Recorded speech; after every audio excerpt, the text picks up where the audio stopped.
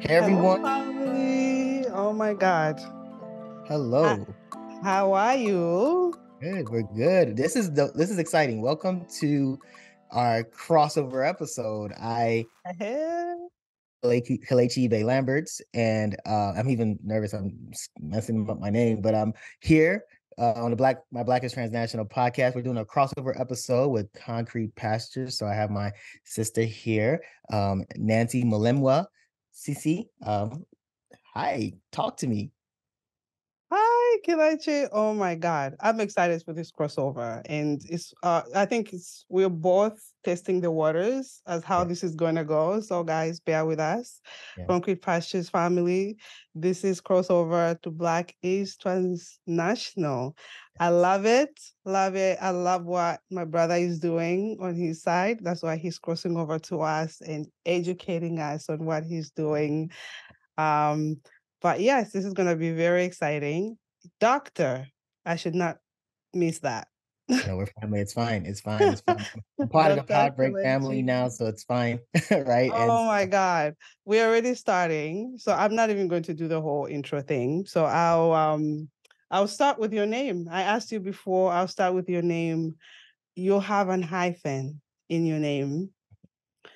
And it boggled my mind the first time we met. For anybody who has listened already, we met on the Father's Day event that we had. Mhm. We were all organizing it together with Pasa Pasa, Mosibo, and Black is Transnational, and he's here. So I'm excited.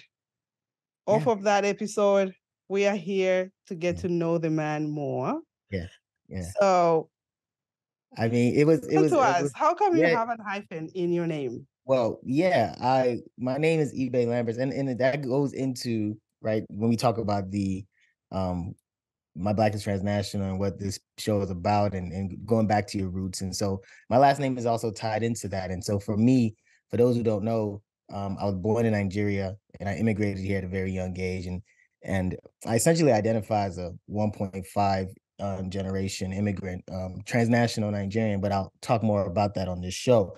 But as far as my last name is concerned, so the eBay Lamberts part is essentially, so the Lambert, and it's usually Lambert without the S, but we use the S because it's plural for the family. But I explain. So Lambert Festus eBay is my grandfather's name, and so the eBay has been shortened for a longer last name. But what essentially happened is that my family has these like two dynasties. You have like the eBay Godfreys and the eBay Lamberts, and so the Lamberts part essentially became like children of the hyphenated. Essentially became eBay Lamberts in sense of anyone who were the descendants of my grandfather Festus or Lambert Festus eBay. Essentially became children of eBay, right? So I'm Igbo. My culture is Igbo, the east part of Nigeria, and my family live in the actual state, Imo state, in a village.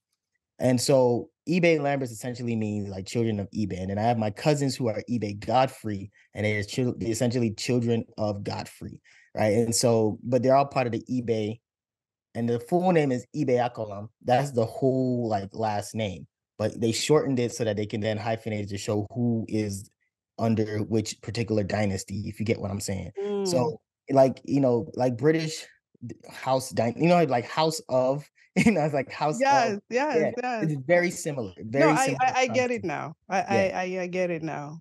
yeah, Wow. You came here from what I've been listening to. You came here at the age of 8. yeah. Well, I just turned 8, yeah, in December My 1997. daughter is 8, and the first time she went to Zambia now this year, she went to Zambia. Her mind was blown out. So I can't imagine you coming from Nigeria to America. How was Mhm. that for you? Well, I mean, From it was whatever you can remember. well, I can remember it all. I was, I was 8, and first, of course, like most immigrants, touched down in New York, and I was there with some family for a little bit, but then we moved to Chicago, with my mom's, um, and so that uh was fun, and but it was very interesting because for me, I growing up in Nigeria, we spoke English, and I grew up in a space where the Queen's English was encouraged. And so for me, I didn't have an issue acculturating a little bit easier compared Mm. to maybe some of my other contemporaries, because they had already kind of gotten me to try to, the idea of being more sophisticated is being able to speak that proper English. And so I had to already, the only thing I was missing was just understanding some of the slangs, but because I was so young, I was easy to mold, and it was easy for me to be a chameleon. So I never really lost track of my Nigerian accent. I can still, and that's the whole concept of me being transnational, was that I never really fully acculturated, but I understood that I could have the best of both worlds. And as I grew up, I started to realize that I was benefiting from both lives. I was able to speak English like the Americans here, but I also, when I was home, I was speaking in my native accent and native tongue to a certain extent. I never truly learned the native language in Nigeria, which is something that always um, irks at me over the years as I've gotten older and I have children of my own. I wish I knew the language very well. I understand it, but to speak it is a different thing. And so that is throughout the course of my experience growing up, I didn't really look. It was very difficult for people to really know that I was like Nigerian. I mean, unless like you were really, really Nigerian. Like some Nigerians just know, but overall, I adapted pretty well, and people would be like, "Oh, I didn't know you were Nigerian," until you hear my name. And of course, for any young immigrant growing up, you had a phase in your life where you weren't really going by your African name. It wasn't cool back then to be African. So at that point, I was going by I was going by Kelly and with my family. Then when I got to school, I had got baptized and I said I want to change my name to Kenneth. My dad's name is Kenneth, so I wanted to go by Kenny. And so I went by that through high school. And I got to college, right? And we went, I kind of went back to Kalechi Kelly, but I called it Kells. And so like my cousin actually, who's my roommate in college, started calling me Kells, and everybody started knowing me as Kells. And so I went through these different iterations of, my identity when I was coming up as this young transnational immigrant. Like I was trying to figure out, and it wasn't until I was a senior in college and grad school that I started to really take more pride in being Kalechi, because I understood the meaning of it, understood that it was unique. At least for a long period of time, there weren't that many people named Kalechi. And so, and then most times, Kalechi is a unisex name. So you didn't know, most time they think it was a girl, which I've gotten many emails. It's like, dear ma'am,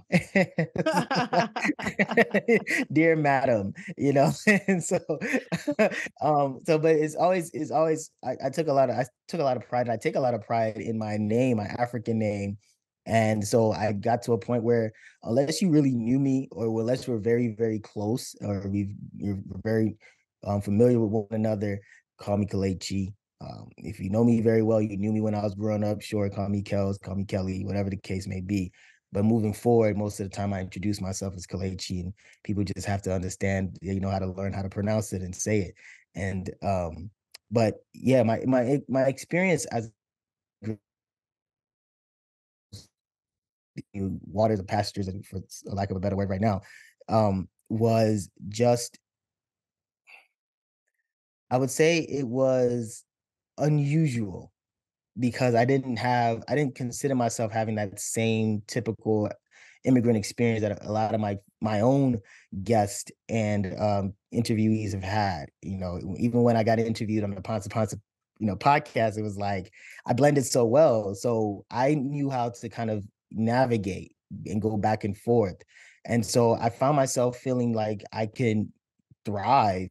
And that's kind of essentially what led me to where I am now with this podcast. And I want to know if there are others out there and how they go about navigating and balancing both worlds, right? Being able to go back, like you just said, your daughter, you were able to go back. She was able to go back to Zambia, right? And so, like, I'm curious, for you, just taking my answer and now asking you a question. Yeah. I'm curious in your situation because you got here you've been here for about 20 years, right? Since you Yep. immigrated, grown up in Zambia, right? And so what what has your immigration experience been like for you in terms of what you brought from Zambia, your connection back to Zambia? How strong is it? How often do you go back? How much of an influence is the Zambian culture still present in your day-to-day life, even though you're living in the US for over 2 decades? Um, so the Zambian culture is why I actually have the concrete pastures. Mm, Um, Coming here 20 years ago was hard with a lot of challenges, especially landing in New York, adjusting to a new culture, learning basically everything from scratch. And in the community that I was received into, they didn't also know much. Not to their fault, they just didn't know. mm, Whatever they explained to me or whatever they shared with me is what I went by. So, like for example, I shared this before. I didn't open up an account until like maybe 3 years of being here because mm, somebody had told me you needed to have a social security number to open up an account. mhm, This is from my own little community. But until I did my own research, then I uncovered, this is mhm, how it's supposed to go. mhm, But with the Zambian culture, oh my God, it's everything. What I brought with me is my core values. mhm, My culture, yes, it's within me, but my core values is what I brought with me with what my mom had installed with me in me and my grandmother, which is the bottom line, believing in God. I would not survive not being able to reach out to my higher power in mhm, in terms of everything that I've been through here in the 20 years. mhm, Um, I would encourage anybody who's coming or who's here to be you have to believe in something that's bigger than you to be able mhm, to survive outside any country because you go through so many trying times and in a foreign land it crushes you so much. And a lot of the times you don't have support like you would have at home. And the moment, even when you think about that, I don't have support, it's even worse for mhm, yourself. So in terms of the Zambian culture, Concrete Pasture came in that because I grew up back home. My mhm, roots are back home. And I wanted to give back to my Zambian community as this is the life of us immigrants. We highlight immigrant stories on Concrete Pastures. mhm, This is the window to the life of what we live. It looks like because they see us on Instagram. That day mhm, you're looking fabulous and you're looking great. A lot of people think that's the life that we are living every single day, mhm, but that's not it. So we're giving real life stories to mhm, people, give them insight, changing their minds as to this is the life that we're living. mhm. So that's been my Yeah. It's and the fascinating thing about it for someone who's from West Africa, um, you know, funny enough, 2 weeks ago, I think no, last weekend, this week, yeah, 2 weekends ago, my wife mm. and I just went to our first, we went to a first wedding, and that was not Nigerian or Ghanaian related, and Oh so wow. it was someone from one of my young bros from Cameroon who married a young Zambian woman, Oh, and it was the first time that I've ever seen and Zambian culture, especially from the bride's side, right? And so it was beautiful. But it just led me to realize Zambian people at, right? And so then of course talking with you, now I want to know what like the challenges. I mean, other than English, what are the main language? Like, is it English? Like, I mean, for those who may not know, because I think we tend to live in the world, especially here in the uh, U.S., where it's very West African dominated. And yeah. so, what I want to know a little bit more about, like, where was your community? Because we don't. I've never been exposed throughout my years being here to many people from Zambia. So I'm very intrigued as to what that process was like. Where is your community, and how can we, is it a large one? How do we get in touch with them? How do we connect? Because that Mm. matters. I mean, that community is no longer because everybody has moved to different states. We've moved Mm-hmm. on and we've grown. Mm-hmm. But when I came, it was a lot of people that had been here longer than me, of course. I came with my aunt, and my aunt and her community, we joined her community. So a lot of people had at the time that had been here like 5+ years. And from whatever they had learned, the official language in my country is English. So we don't have any language barrier except the same similar to you, like the slangs and stuff. That's the only issues we would have. Other than that, we can communicate. The only actually a lot of things that we get is, oh, you speak English, and you feel offended. I used to feel offended a lot of the time. I was like, okay, I do speak English, okay. The English, yeah. Yeah. So I would be surprised that people would be surprised that I speak English. That's the part. Like, what do you think about us? But yeah, that And also how community. well you speak it, right? Like that's the part that always annoys You me. speak very good English. That's how they would say it, actually, very, very politely. You speak very good English. I'm like, okay. But our community, we did a lot of partying. That's the piece that I had to come out of. Mhm. Um, it brought our culture together. We played music from Zambia. We cooked. So it'd be like maybe once a month. We Mhm. would come together, would go to someone's house, would be playing Zambian music, would be cooking fish, all kinds of foods from Zambia, or Mhm. even from here, but cooking it the Zambian way. Mhm. Because our foods basically is the same. We just cook differently, different spices, whatever it is. And then we'll just celebrate whatever, someone's birthday or Independence Day. Sometimes we would go to the mission. We have in here in New York, we do have the Zambian mission. So we would go there. They don't do parties anymore, but they used to do the parties. If someone important came, let's say like the president came, we would go to meet the president. It was very close-knit type of community.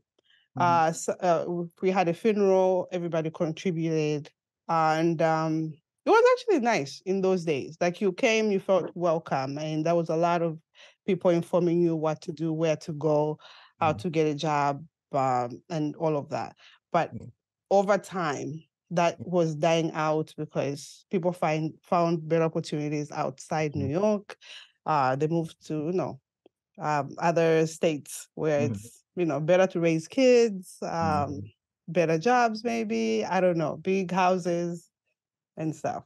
Yeah. But overall it was great.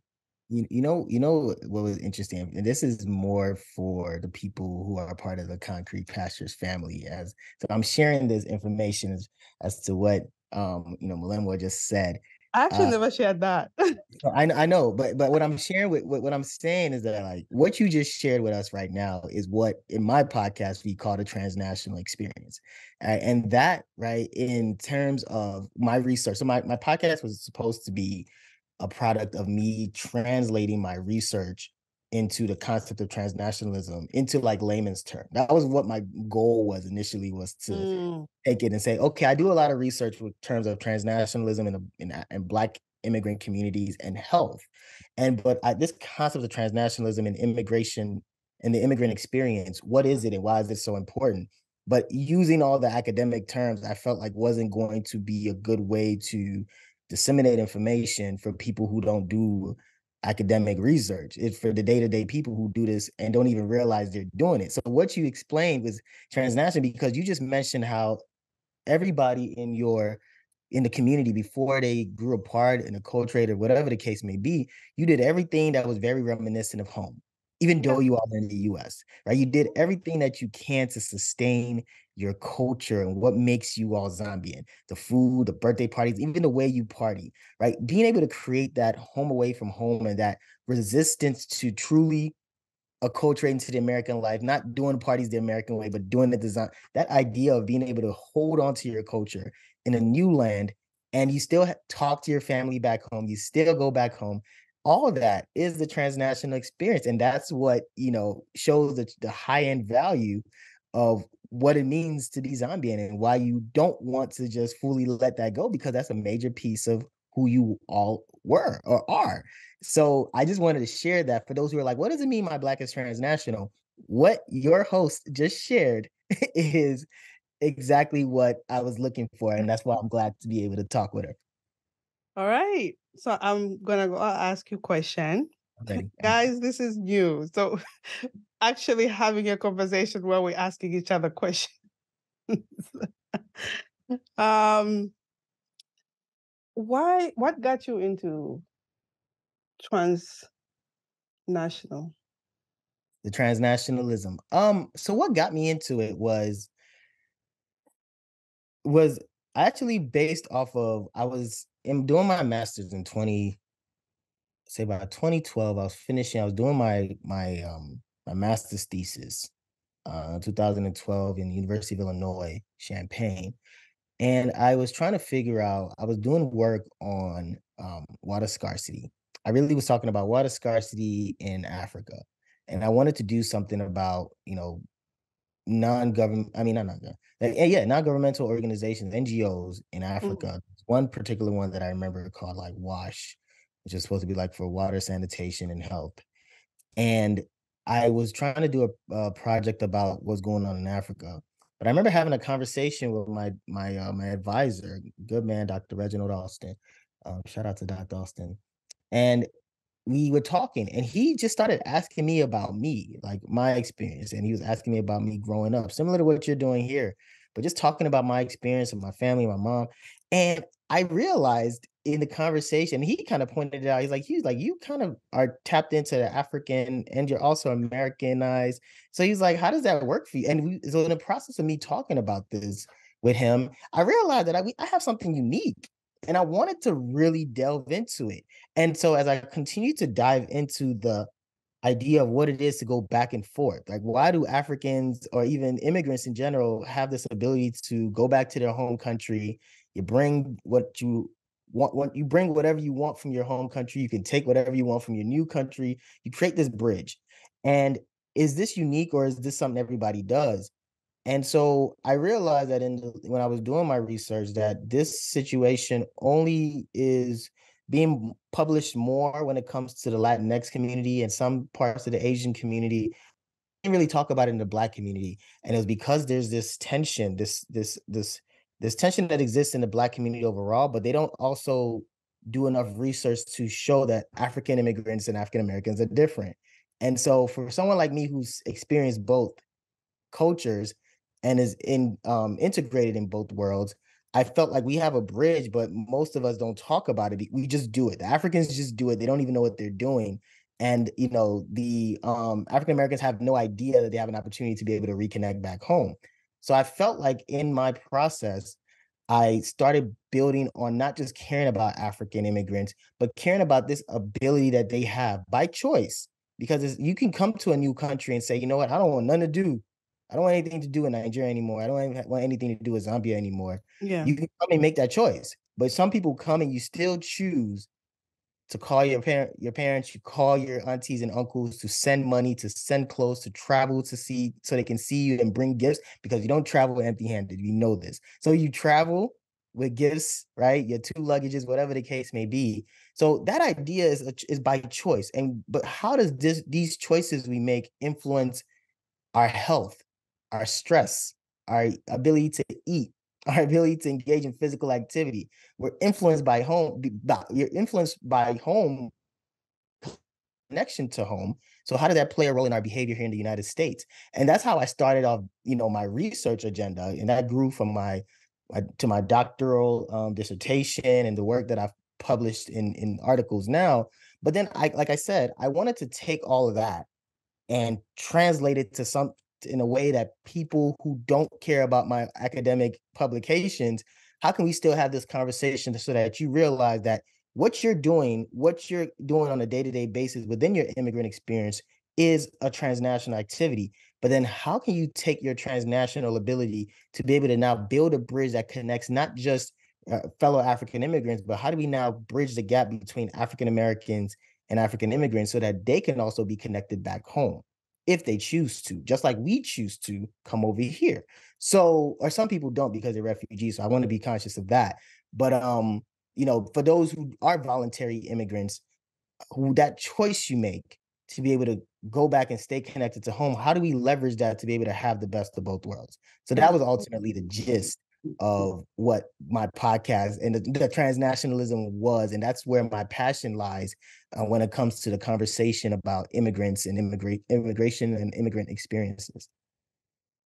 So basically the bridge. Yeah, that's the symbol. The symbol is the bridge. Being able to connect, but also because my philosophy is that there are many people historically, especially when we talk about the African American community, which I want to talk about more with you.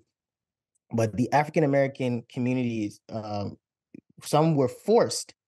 Their ancestors were forced to migrate to the United States. When we talk about slavery, there were people who were forced slaves who had no choice but to migrate. But now you have an ability to be able to build a bridge that connects you back to the land where you were taken from forcefully, right? So then that bridge, I believe, is transnationalism. It doesn't have to be a one-way thing. It could be two ways.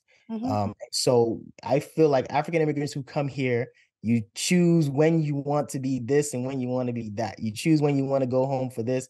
And I want to create that opportunity to be able to now unite all Blacks as best as possible, to give them that opportunity to be able to reconnect back home, but still also understand that historically your ancestors built this nation too, so you don't have to lose your rights to benefiting what this land offers, but you also have a home that you were taken from, that you also have people there who want you home, who want to embrace you. So let's take advantage of that too, and let's be able to do both if we can to maximize our ability to thrive. So that's the goal. That's the gist.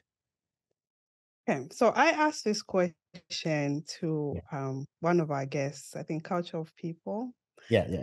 He he's into bridging the gap between the Africans and the African American, Mhm. just showing the culture, and he's in his own way.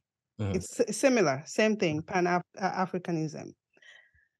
Um, my question to you is, Mhm. how are you bringing us Africans with African Americans together? Because there's this invisible beef, Yeah. if a lack of a better word, there's just this Yeah. invisible Yeah. beef Yeah. that's there, that Africans are feel superior, or African Americans feel some type of way that Africans are here and you don't really belong here. Mhm. And similar to the Africans, it's like, okay, we belong here. You came and you've built all of this for us, so we've come. Mhm. Mhm. How Mhm. are you, um, I guess, bring everybody together to have that understanding that we are all one people at Yeah. the end of the day? It's through conversations, it's through this my platform, but it's also through new ideas and initiatives that we're trying to take. So the first thing is like talking about conversations, because of my ability to kind of go and blend in both cultures. I'm married to an African American woman. I have family that's that, but even in being here, as you know, when you earlier asked about my immigration experience, that was a huge part of it too. Really, I'm a huge history buff, and so when I was younger, I used to read a lot of history books. And so compared to most African immigrants, and not all, but some, um, I really took a lot of time to read about the history and stumbled upon learning about Black history, which wasn't something that I learned a lot in school, but it was just me being in the library, going to the library all the time. So I learned about a lot about Black history and really immersed myself in understanding that. And so I grew a level of not just empathy, but also understanding of the plight of African Americans. And so it was easy for me to be able to already, because I look at the way I talk, the way I was able to code switch. So I understand Black culture. And so I'm able to utilize my agency in both worlds, right? Because many of us who identify the way I do kind of find themselves in a situation where they're too African to be American, too American to be African. And because we find ourselves in the middle, I kind of leaned into it where it's like, yeah, but I can be able to now bring in both worlds. And because we can have a conversation and you can start to realize that if we don't have this conversation, your kids at some point, right? You can't avoid it. You can try it, but you can't avoid the acculturation of what your kids, your descendants will be years when you're gone. So the easiest thing we can do is try to have these conversations. So I try to have conversations on my podcast. I bring in people who are African Americans who can speak and share their perspectives on the African immigrants and vice versa. But another thing that we're doing, and my wife and I did, is that we started a nonprofit organization called Transnational Bridges.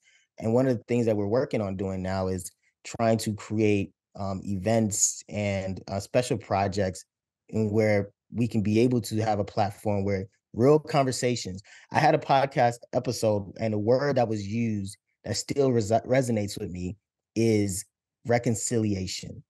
And so there needs to be a reconciliation that occurs between both groups. And so my goal is to be able to not force it to happen, but be able to let you all realize that African Americans and African immigrants, this invisible beef, is almost like two twin sisters who were told rumors about each other, but never confronting themselves about it.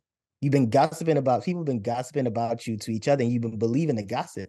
They say, oh, this, you're this, you're this, and you just believe it. And because of that, now you don't like each other, even though you all are in the same space. You're from the same home, you're from the same village. But now somebody told you that your sister did this, or your sister said you're this, and you believe it. And then you're telling other people are telling you that your sister's this and your sister's that, and you believe in it. And so why can't we just come to the same forum and have this conversation? And so I try my best to create opportunities to, if not share information, share resources, media, whatever the case may be, where people can realize that we're the same. Our culture is not as different as you think, because there are many people who were taken from their home in Africa who really did whatever they could in some way, shape, or form, and even died with it to make sure they held on to some aspect of what made them African, despite whatever was done to them. They still held on in some way, shape, or form, and it was passed on. And even though people may feel like it's watered down, it's still some remnant of where they left or where they were taken from. So I try to show that. And I think in my own marriage, I see the parallels when I talk to my father-in-law and we talk about his upbringing in the South and start to see the way the food and some of the things they did. It's not that far off than we make it. So there are different ways in which we can go about it, but it has to be reconciliation that occurs. Listen, I applaud you for the work you're doing, because I think it's a tough project that you are on. It's a needed mission that you are doing, but reconciliation. What are your thoughts? I want to know. I can't wait just for that to happen. Because in my brain, I'm just like, I don't know how that's going to happen, because some people are going to be feeling some type of way. I'm like, okay, why should we? There's nothing that has happened. Yeah. So your experience being here as long as you've been here, like what were some of the things? And so how did you perceive African Americans? How were you received especially being in New York, right? Where what was that like for you? I want to know. Oh my God, I'll tell you this story. So I actually never shared this. Wow. I don't know if I have. So one day I'm like walking. I first arrived, I was living in the Bronx. So I'm absent-minded, I'm in my thoughts, whatever. So I'm walking and this girl, she's African American, and she's walking in front of me. I didn't see that she was there. I'm just walking, and apparently I was staring at her. Oh. Without me realizing that I was staring. And she pops her neck. She's like, take a picture. It lasts longer. I was like, okay. So that was my first encounter with that. So you can imagine how my brain was processing that. I'm like, okay, this is how everybody is. I need to be on guard as to how I'm walking around in the Bronx, how I'm acting on the train, how I'm even approaching people, even at work. Mm, Like I don't even know how to explain it. From the encounters that I've had, I've been called racist. I worked mm, in Harlem. My first job was in Harlem. And the first time I was called racist by a fellow Black person, I I almost died. Like I felt like I just needed to shrink. And it was such a disappointment for me because I didn't do anything that accelerated to that point. I work in a bank. At the mm, time, I was a teller. I could not do the transaction due to process and procedures. mm. That was it. And you were called racist. Period. And that was it. We have processes and procedures that we have to follow. And I explained what it was. You were racist. And at the time, the person didn't even know that. They don't even know. Like, oh, okay, we're from the same. Okay. Mhm, mhm, mhm. So if you ask me my perception or how I'm thinking about African Americans, Yeah. I don't know. Mm. I Well, don't know. so when you were growing up in Zambia, because you came to the country a lot older than I was when I immigrated. Did you have this perception based off? No, Oh, okay, no. okay, I loved everything African Americans did. okay. Everything. The music, everything. That's how I fell in love with America. Mm, So I watched a lot of videos, everything. Like I when I came, I had teams, everything. yeah. Okay, so I was in the culture.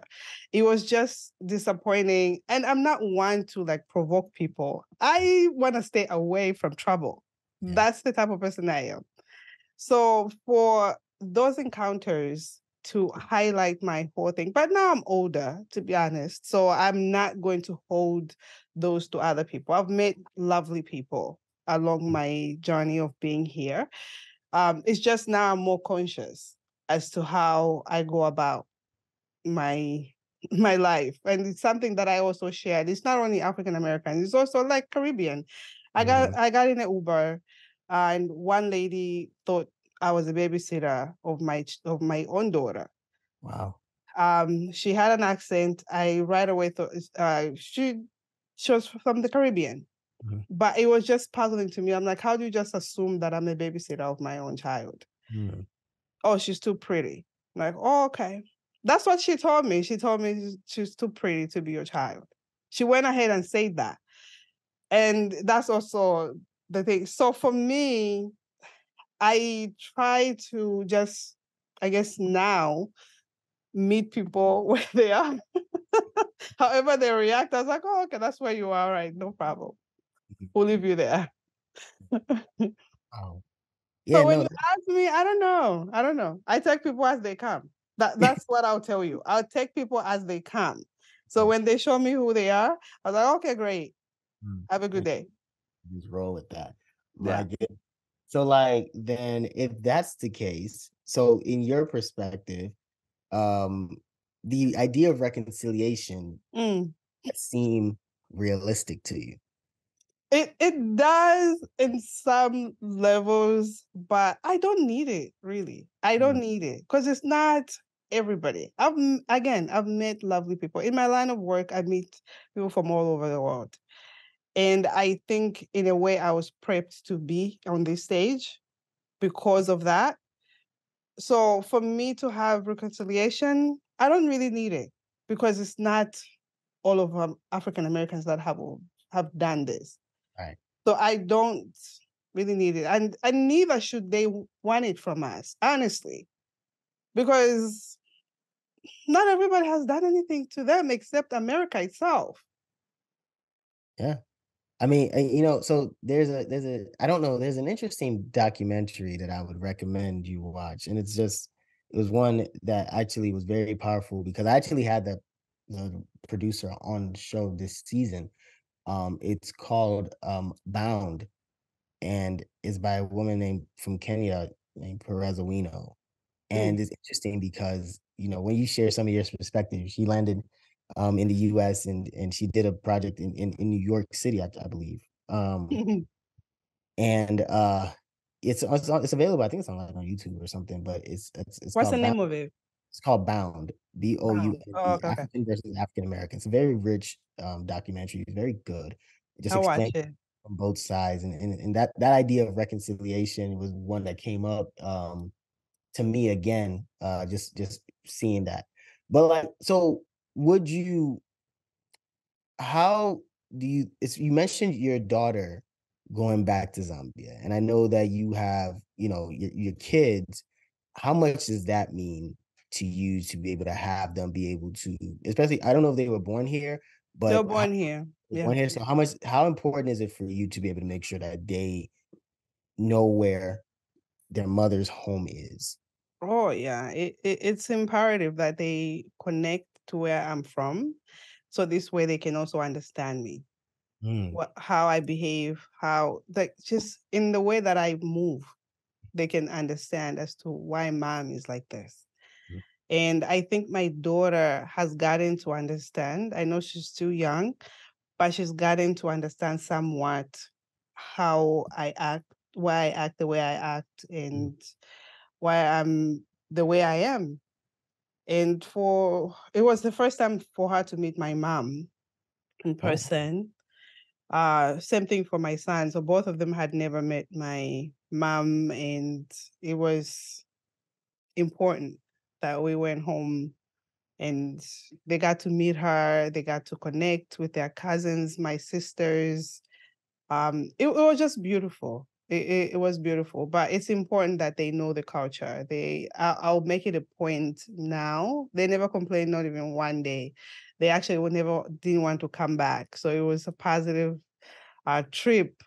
I'll make it a point now for us to go back every now and then, just to make sure that they keep that connection, the bridge, mm. the transnational. So they're now transnational. Yeah. But I know you may have some more questions. I want to hear if you have any more. No, back to you. How are you keeping the culture in your home? I know you are busy. You're married to an African American. How are you keeping your Nigerian culture alive in your home? Yeah, it was I was fortunate enough to marry someone who was open-minded, and my wife, when we met, never really encountered or knew, or I even say, dare I say, cared about like the African. She's not, because she was in medical, she's not focused on that. She just was like, she had her own experiences. And I mean, if not for running into me, maybe she may have had a friend or two that from med school that were African, but Yeah. it wasn't something that she was looking for. But I think when we met and we became serious, and of course we were sharing our lives with one another and trying to see how it matches for the long term, it was a very big part for me. That was the first thing I came in saying is like, look, I mean, yeah, I talk like this, and yeah, but I'm like, I switch it, and I'm real African, I'm Nigerian, so like when it comes to see my mommy now, you have to, you have to Oh, I acknowledge hear it now. they're like, well, I mean, yeah, so I had to be like, look, I can do all that talking stuff, but when I'm around my mommy now, see, my accent changes, and that means you have to sort yourself out too, so that we can be able to. You get me? So it was but I had to tell her, look, I'm Nigerian. I eat Nigerian food and I do Nigerian things and I like Nigerian music in addition to all the other things that I do. Right. So I blended and she was just like, okay, so what does that mean? What does it mean to be Nigerian? Right. And so I showed her. And so like with the food and with the clothing, and when she would interact with my parents or my cousins or go to some events, um, it was like, oh wow. But it really didn't really, I mean, hit her until she actually went to Nigeria with me. So after we got engaged, in 2017, I think we went back to Nigeria. She went to Nigeria with me for the first time. We went to the capital city, Abuja.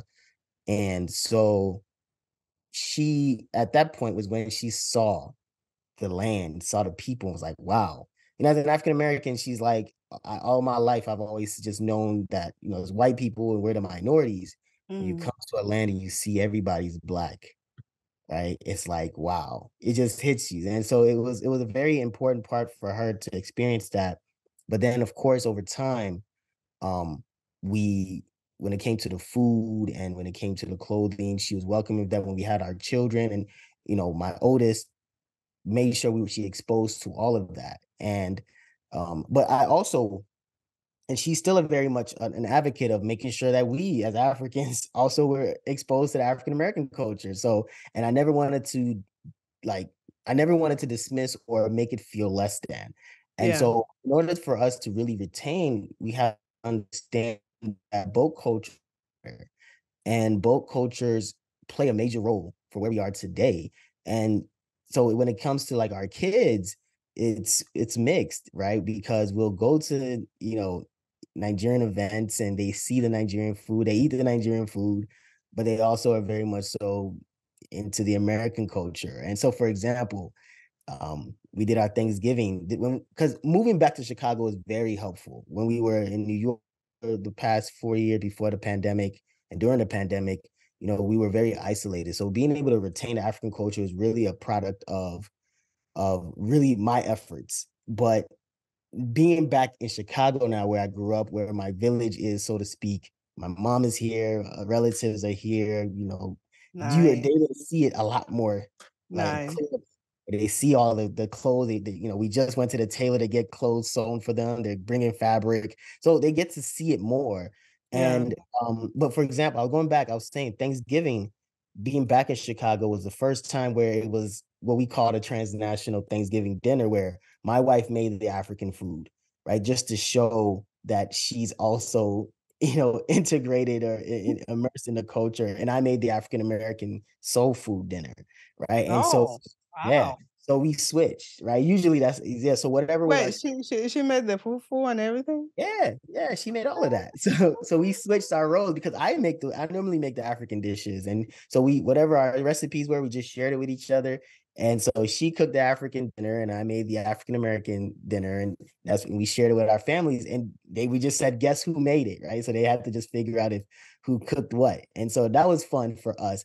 And so that's kind of how we want to go about carrying it, is knowing that we want to take advantage of what both cultures bring. And I think Yeah. that allows us to be able to really give our kids the opportunity to feel empowered. They don't have to feel like they're limited to just being Black American. You're Yeah. also you're also from one of the nation, I mean the world's largest like city with the most populated people and Yeah. the most stressful political system you ever hear of. But like, and I want them to also see what it is being American here. So as they grow up, I don't want them to have that same sense of embarrassment that we kind of had growing up as young immigrants.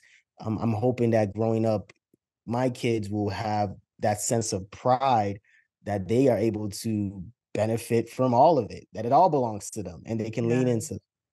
Yeah. No, it's definitely important, and that's beautiful that your wife cooks uh your challenging foods.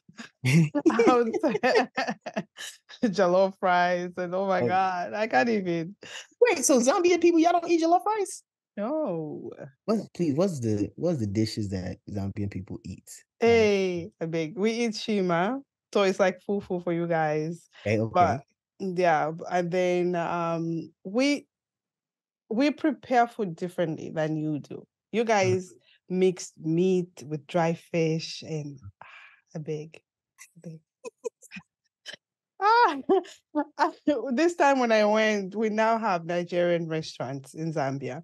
Okay, I okay. went with my sister. I'm like, no, let me get jollof rice for my mom. So I went in and she was ordering, I don't know, the same meat with dry fish and all of that. I couldn't. I've tried it many times. It's an acquired taste. Mm, But when you eat it from childhood, I mean, you acquire a taste from childhood. mhm. For me, it's just challenging. I like the fufu that you guys have with the one with the plantains, the one with the cassava. I just love it. I love those. Just and plain chicken, just plain chicken. Oh, just I was gonna say, what do you eat it with? Yeah, just the plain chicken, Okay, cooked, no fish in it, nothing. Just yeah. yeah.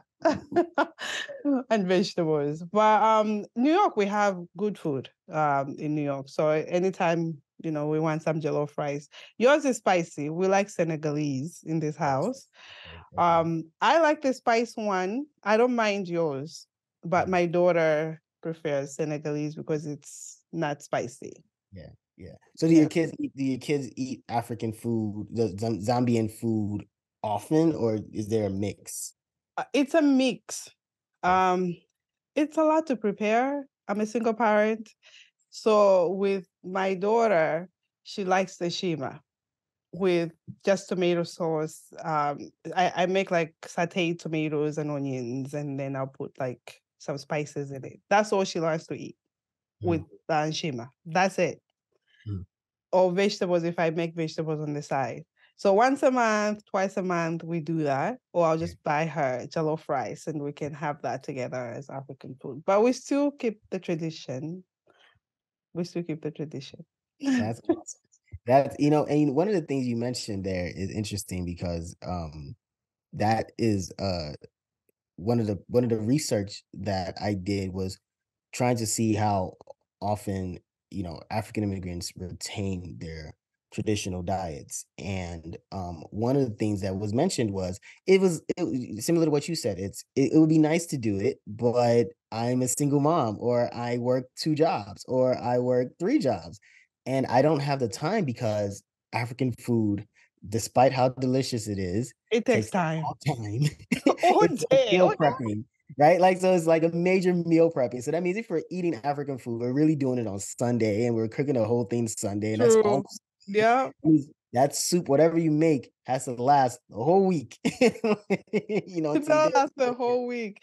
Like, yeah, like in the Bronx when I was living with my aunt, we used to cook mostly on Sunday and we all sit down, eat shima fish, whatever we were cooking for that, incorporated with our Zambian stuff. It was usually on Sundays, and that would last us probably maybe 3 days into the week or whatever it is. But every day, it's impossible. And also now I'm conscious about my diet because our food is not the healthiest food. yeah. It's not. So I'm just conscious also about that. So yeah, but it's beautiful. It's beautiful that we continue to return our culture in our food. The music. Mm, The music. You guys are doing phenomenal job though. Like Nigerians, amazing. yeah. With the music. The whole world has caught on now because of you guys. Yeah. I mean, the idea of being cool to be African has definitely become mainstream Mm, nowadays. But yeah. what has that done for you as Zambians? Because again, the whole West African dominated culture, but I think things are picking up now. I mean, South Africa a little bit, Kenya. I mean, as far as like music and culture and dance becoming more prevalent, like the Amapiano movement is more of like a South African thing that's grown, and that's what the real heat is now. But for like someone from Zambia, like what does that do now for you or your children? This idea of it being cooler to be African, has that played a role and influenced how comfortable you all are living in the US now? I don't know, to be honest with you. I don't want to Yeah. lie to you. I don't want to say something that I haven't even like connected to. I Okay. love what's happening, but has it affected me in any way or my family? Maybe. Like I just haven't noticed it. Okay. Maybe I just haven't noticed. I haven't paid attention to it. I love the attention that our artists on the continent are getting, and they're being noticed, and Africa is being noticed as a whole.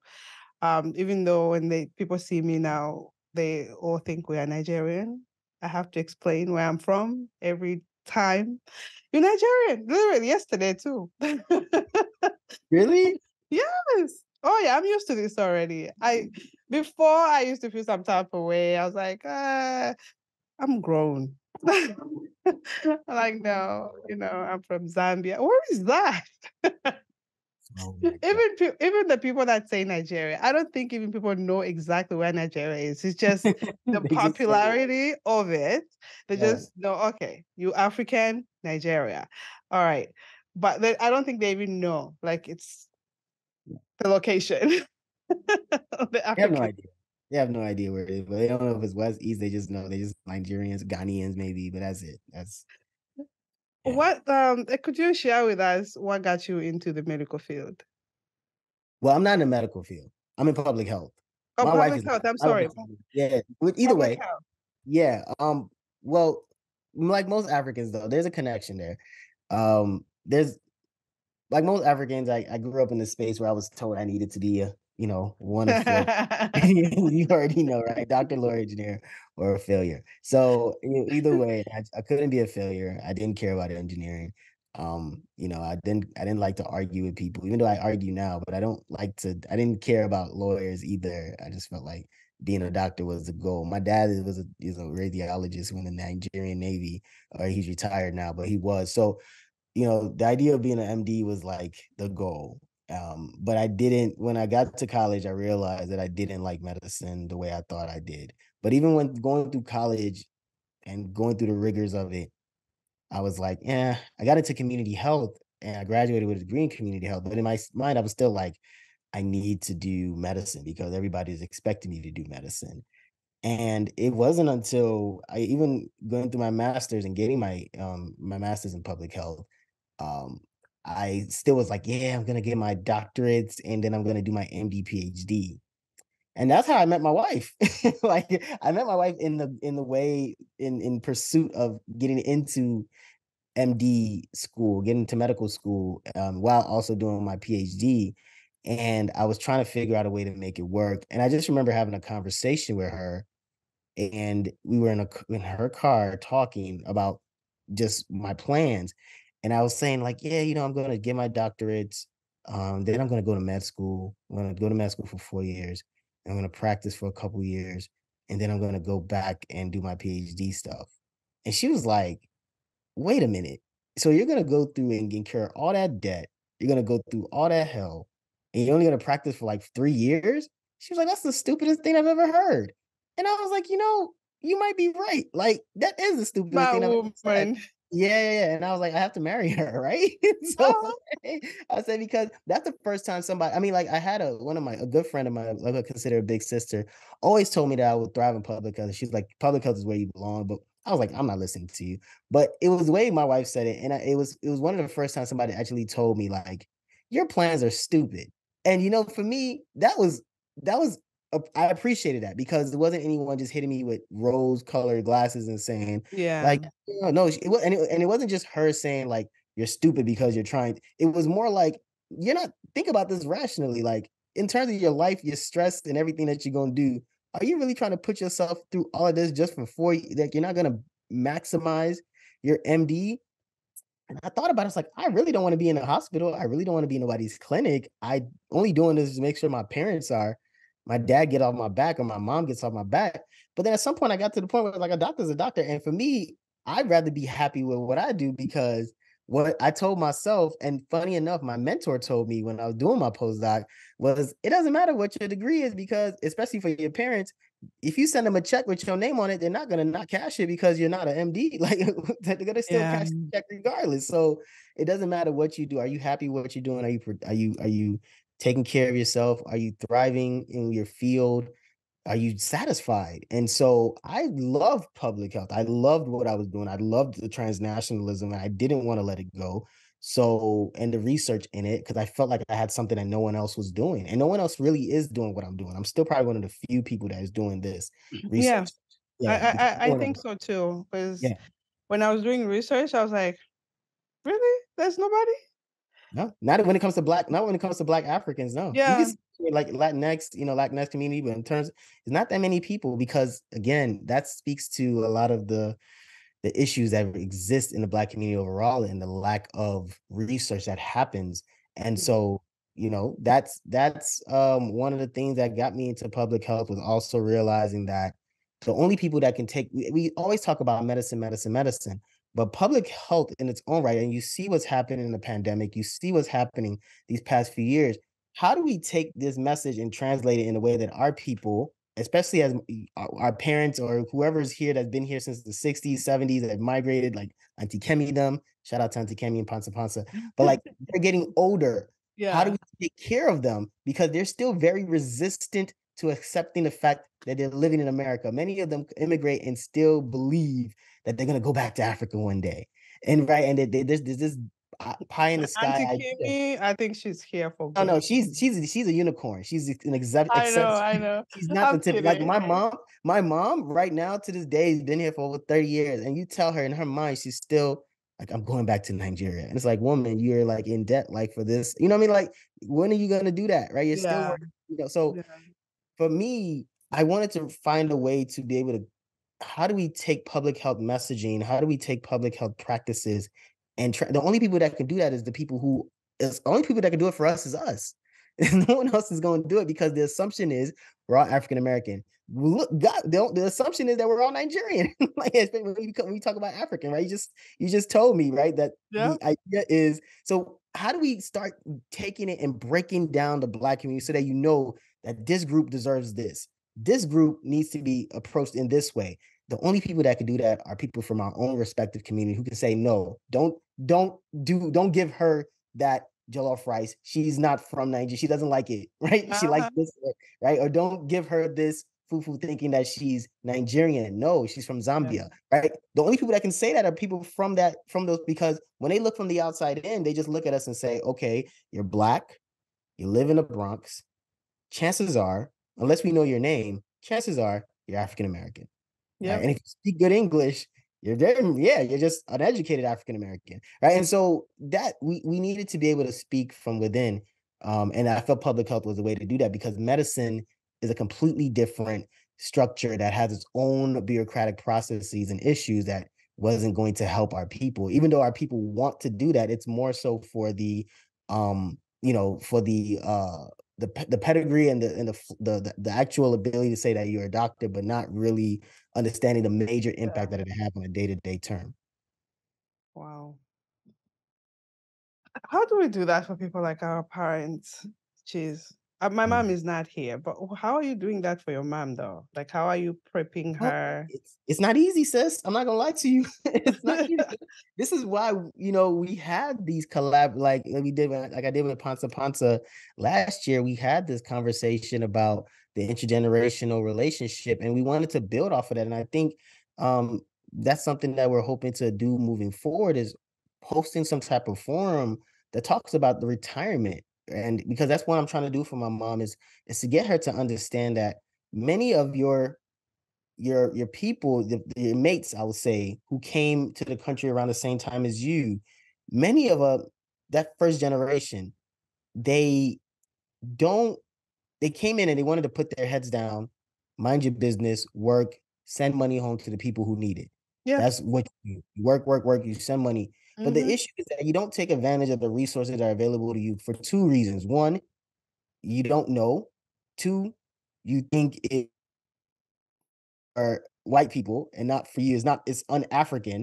Yeah. And three, a bonus one is that racism exists, and sometimes even if you wanted to, they didn't allow you. So that was an issue too. But I've been trying to explain to my mom that you've been here for so long.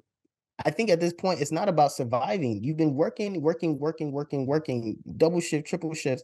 I'm trying to get you to you send your kids. So you send your kids to go to these schools and become these high-end professionals. And the question I ask is, why don't you allow us to now use our expertise to better your life? Not Yeah. just better the world so you can go to a party and say, my son is a doctor, but how can you now say, how do we leverage our kids being high-end professionals in this new world that we sweat blood, sweat, and tears for, that to give them opportunities that we didn't have in our old country. And now that they've taken advantage of it and they're successful, how do we now leverage that to better our lives as we age? How do we lean on their expertise and rely on them as experts to help our lives be better so that we can age healthily? And that's what I'm trying to convey to her. Meaning, how do I get you to now understand, okay, take your home and let's figure out how we can get you into some financial literacy classes so that you understand how to understand what your assets are and understand how to take your assets and then flip them so that they can now feed into your retirement so that you're not working at Yeah. 65, you're not working double shifts, where you're Yeah. still Let your doing money work sitting. hard for you. Yeah, you make your money work hard and you're in the finance business, you understand the game, right? So it's Uh, trying to get them to understand and look, that whole daily bread mentality that you brought from Africa has gotten you far, but other immigrant groups, are coming in, they're building businesses, they're thriving, and they now have wealth, not just money, but they have wealth that they can now build their generation on moving forward. And they're thriving, not surviving, right? That's the theme. Is so trying to get African immigrants or older aging immigrants to say, okay, it's not just about surviving anymore, but how do I thrive? How can I sit back, kick my feet up and say, this is me making it after my 40 years living here, working, getting a house, building a home, whether I have a job that has retirement or not, how can I get myself to now live comfortably as I age? For the younger ones like us, how can we use our expertise to create more programs and infrastructures and communities where our aging African aunties, uncles, mothers, fathers, whatever, our elders, how can they find a space where they can be able to age and still feel like they are who they are?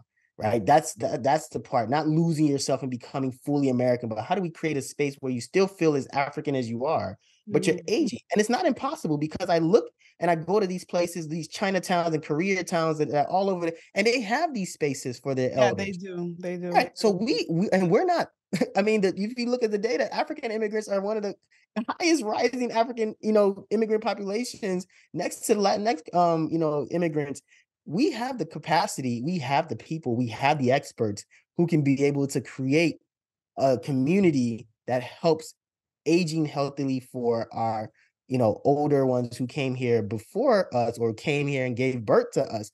So that's what I'm trying to use public health for overall. I think you've mentioned a lot of great stuff. It's not only I think parents that are here. The short time I went home, my Mm, sisters have been trying to help my mom mm, uh, mm. with her business. With there's like that resistance into like she's stuck in her own ways, and I think that's the theme around our parents as to we want to take care of ourselves and also take care of our children, no matter how grown they are. And that's where it causes the problem as to how do we continue to help our parents, because Yeah. our parenting patterns are very different from the way Mhm, we were raised. mhm. I guess I parent my children very different from the way my mom raised me, Yeah. and my sisters is the same thing. I noticed it's very different, and it's almost like the same. And that's why we are able to understand and like we have to do something for our parents. But our Right. parents are the ones with the resistance piece of it. I think having the forums is a very good idea with Auntie Kimi. And Auntie Kimi, she's more of, I guess we would say like more generational, more open-minded as to receiving what we have to say. That will, I think, get into the buy-in of other like our parents into Yeah. that. Yeah. That like you said, I think that was a key piece. Having someone like Auntie Kemi who is Oh, open-minded, she's willing to very talk, open-minded. very, very, and she's an advocate for that type of intergenerational dialogue and learning from one another. And because of that, which is why she's a key person when it comes to having these conversations with the Oh yeah. elders, she's the person. She has to be the mouthpiece No, she because has to be. she has to be right. So None of us because can do it. They'll look you're at you, what's wrong with you? Why are you're you you're a telling us? child. You're Eh? a child, right? You're No a matter how child. old we get, What do we're you still know? children, right?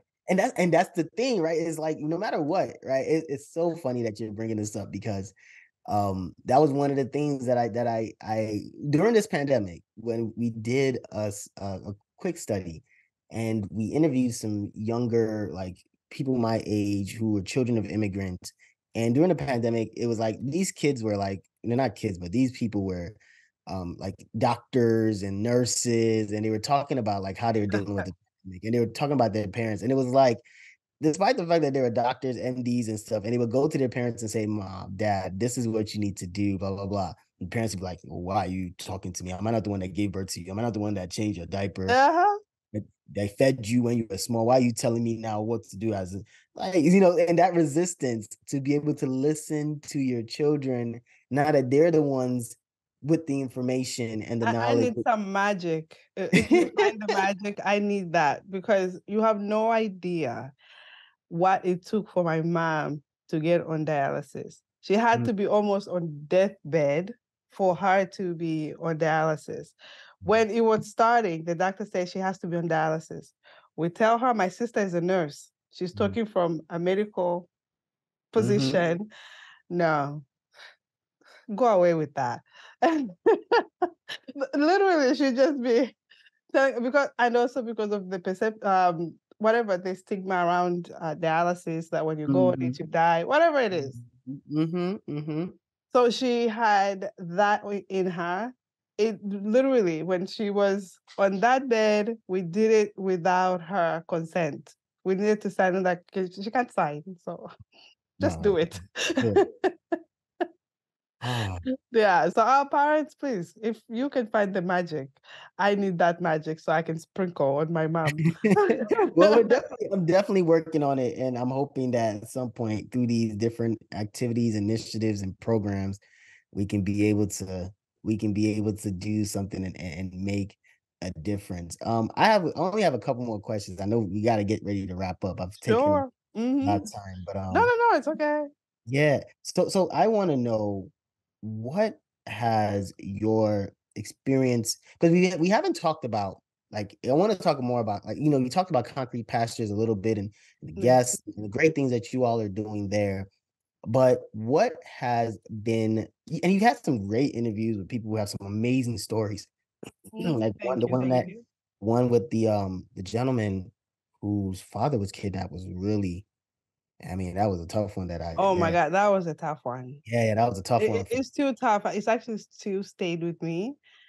So yeah, that was a tough one. Yeah, and so I wonder, what has your conversations and you being, you having so many episodes in these years, um, what has that done for you as far as your understanding and just how you feel about the immigrant experience overall? How does it affected or influence your mindset? Oh, that's a really good question. First I would say we are all we all have experienced the same type of challenges at different times. And that's also another reason why I created Concrete Pastures, or I got into on this mission, because at first I was very resistant at doing this because it came at a time where I was going through my separation and on my healing journey, and this came for me to do. I didn't feel like inspiring anyone because I needed inspiration. But in the long run, especially after doing season one, it dawned on me when I was doing the last episode. I had two episodes that I was working on. The last episode, which was the 20 episode, that episode, I wanted to do it in season two at some point. Not even like the first one, at some point, whatever.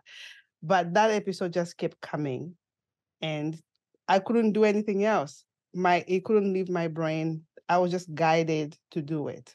I normally write out my episodes just to get my thoughts together. I put them down. I wrote it down. I got on a mic. Kelechi, I didn't look at my notes, not even one time. That's the best feeling. The whole time I'm speaking, this is 1 hour and change of speaking, because I think there was like very little that was edited out, maybe just spaces. Other than that, it was everything that came out of me. And then I went to bed. I'm like, I'm not redoing this. However it came out, it came out. I'm not redoing this. But it was in that episode where everything fell in place to me into alignment with this mission. And also understanding that everybody else was here to be part of my healing That's instead deep. of the other way around. Because for me, it was like, I'm going to be inspiring people.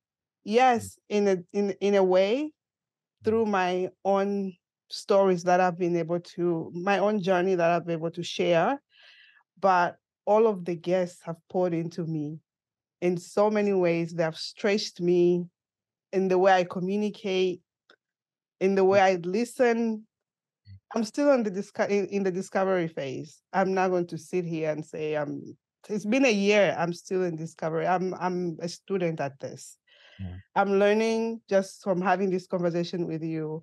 I'm learning every single day. I watch so many episodes. I listen to so many episodes just so I could learn. But this journey has been challenging and yet very fulfilling. Mm. And every person that comes pours into my soul on a different way. And I just continue to learn. So that's mostly what I could do. It's a journey that's very challenging. That's beautiful. I don't I don't even there's nothing else you need to add. That is powerful. Um, and I that sits with me. The idea of Thank you. healing, knowing that that the people you talk to are here to that's rich. That is rich, and that's gonna resonate with me. I appreciate that. That's powerful No, because thank it really God, it makes me think about, the journey and what this why I do this in addition to all the other things, my whys, right?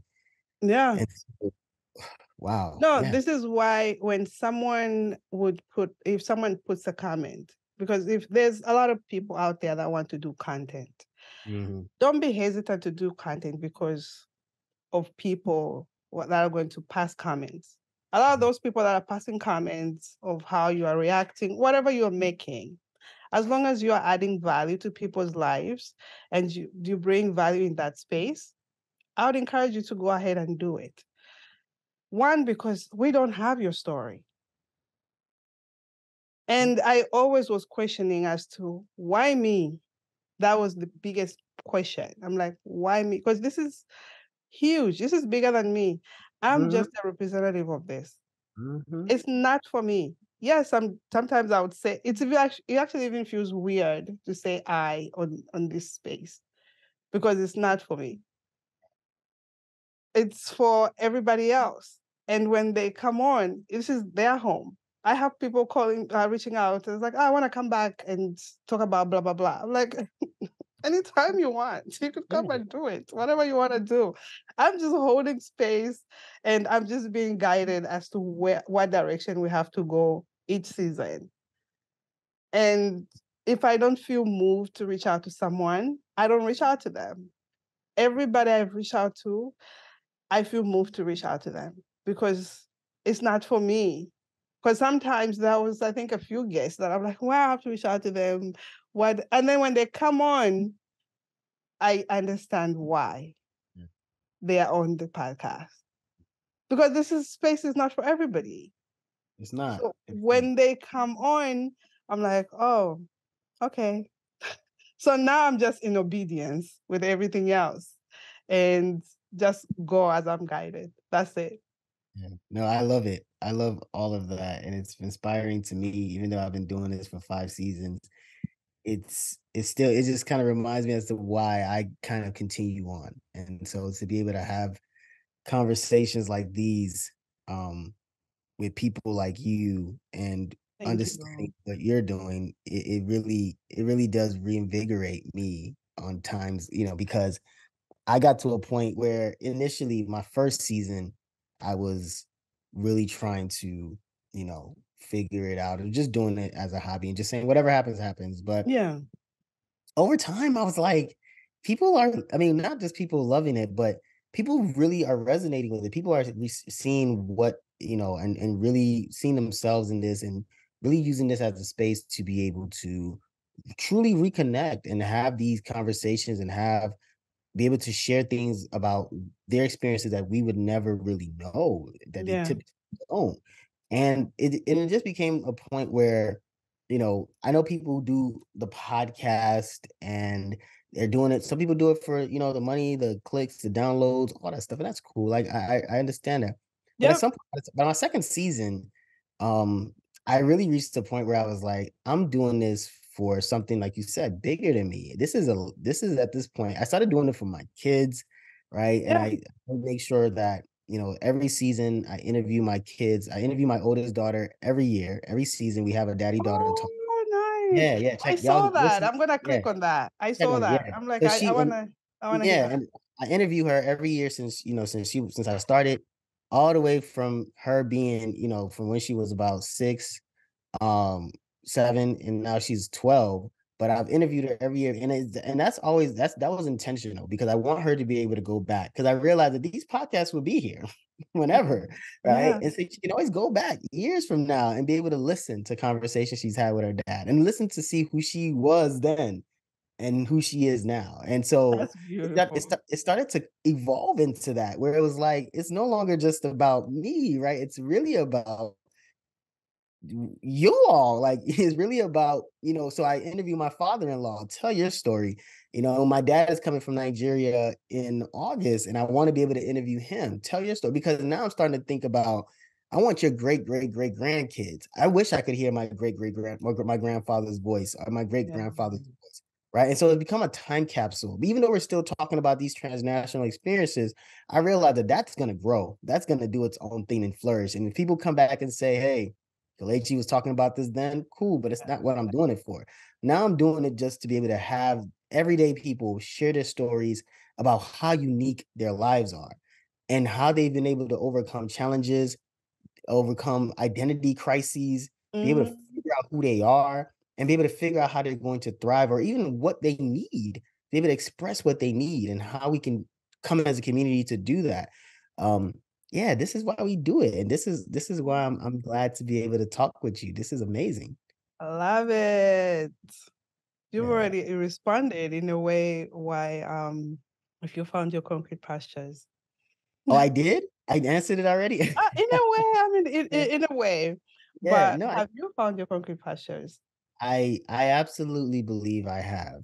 I'm in a state where it doesn't get more concrete than this for me, especially in this state right now. And I don't know what it is, what the future holds and what God has in store for me. But for where I was growing up and the steps that I've taken and how I found myself to where I am, it's all been the grace of God. Has all been, my wife and I have a saying that says, thank God for this winding road that led me to you.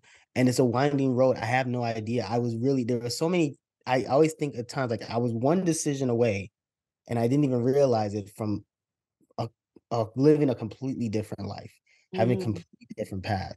And so to be here now and to understand what my calling is at such a young age, to understand what my passion is, and to understand how I want to go about fulfilling that and being able to be a servant while also leading the best way I can. Yeah. Uh, using this platform and using my other my God-given talents, my gifts, to be able to serve and impact. And so when I say that, philosophically, I've always gone by the belief, I believe in mentoring, I believe in all those things. But I say I'm in my concrete pastures because I've always been a firm believer that I don't want to be. I used to tell friends, and I still say it now, that I don't want to be Jesus. I just want to be Moses. And so I'm not trying to die for y'all, Mhm. but I'm trying to I'm trying to lead you and open doors for you to see something that could potentially change the way we do health. Yeah. As when you're able to realize what this transnationalism is, and what that does as far as our abilities to be able to bridge the gaps and even expound and not expound, but expand and open and connect more and become more global citizens. I'm not necessarily trying to lose my sanity and essentially lose the important things that I value, like my family for that. But I Yeah. am trying to be a gatekeeper and I don't care about being the best. I just want others, my successes, my juniors, my younger ones, or anyone, to be able to push it further so that we can all lead better lives. So that not just my parents, but me, I want to be able to age healthily and live a healthy life and a happy life. So I have found my concrete passions and I'm very glad that I can be able to stand upon it. That's beautiful. And it's such a blessing to be a servant to others. I think it's such a different fulfillment that you get to be able to serve a community and give to them wholeheartedly and without thinking of yourself. Yeah. And it's a Yeah. gift that gives back to you. Absolutely. Absolutely. And I think you already answered my last question, which was essentially your legacy. And I think what you said that moment, I just want to leave that. I just All want right. to bottle that up and I'm ready. You know, I'm gonna let you wrap this up because I opened it up. I'll let you wrap it up and we can close it out from there. Oh my God, this has been an amazing conversation. You are doing amazing things. Black is transnational. I love it. I love what you're doing. How can we find you and how can we support you? Absolutely. You can follow the podcast page on Instagram and Facebook at Black Transnational Podcast. And we're also on Twitter, kind of. But Twitter is, Twitter can be a little bit hectic, but we're on Twitter as well at NB Transnational. And I am on Instagram primarily at Black Transnational _. That's how you can follow me, the host. You can find a podcast, My Black is Transnational, and any of your favorite podcast listening apps. Just search for it, whether you use Apple, Stitcher, Google, wherever. You can find it there. Listen to it. We got 5 seasons. Rate and review it. We appreciate your support. Yay! And also we're on YouTube. I'm sorry, I should mention that. We just started YouTube, so I still haven't gotten that as part of my spill. But we're on YouTube now, so you can also find us on YouTube as well. The 5th season is on all videos, but we're still retroactively uploading previous seasons, which weren't recorded on video. So you have a lot more audio from season 1 to season 4.5. But season 5 is all of the video episodes that we're doing now. Beautiful. It's been an honor. I appreciate you staying up with me, and we'll talk soon.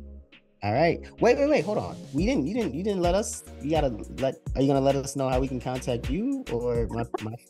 Yes. You can find Concrete Pastures on any platform, Apple, Spotify, anywhere you get your podcast, and we are also on Instagram, YouTube. Instagram is Concrete Pastures _Concrete_Pastures, and then Facebook is just Concrete Pastures. Follow us, like the page, rate us, and we have videos from season 1 all the way to now. We might have some delays here and there, maybe 1 or 2 videos, but we are uploading videos. So please subscribe. We are growing our community. Whatever you're watching, our community is growing, so please share and subscribe to the channel. Yes. All right. Thank you so much. I appreciate you for this time, man. This was fun, sis. I really appreciate the collab, and I hope that we can do more of these moving forward. This is awesome.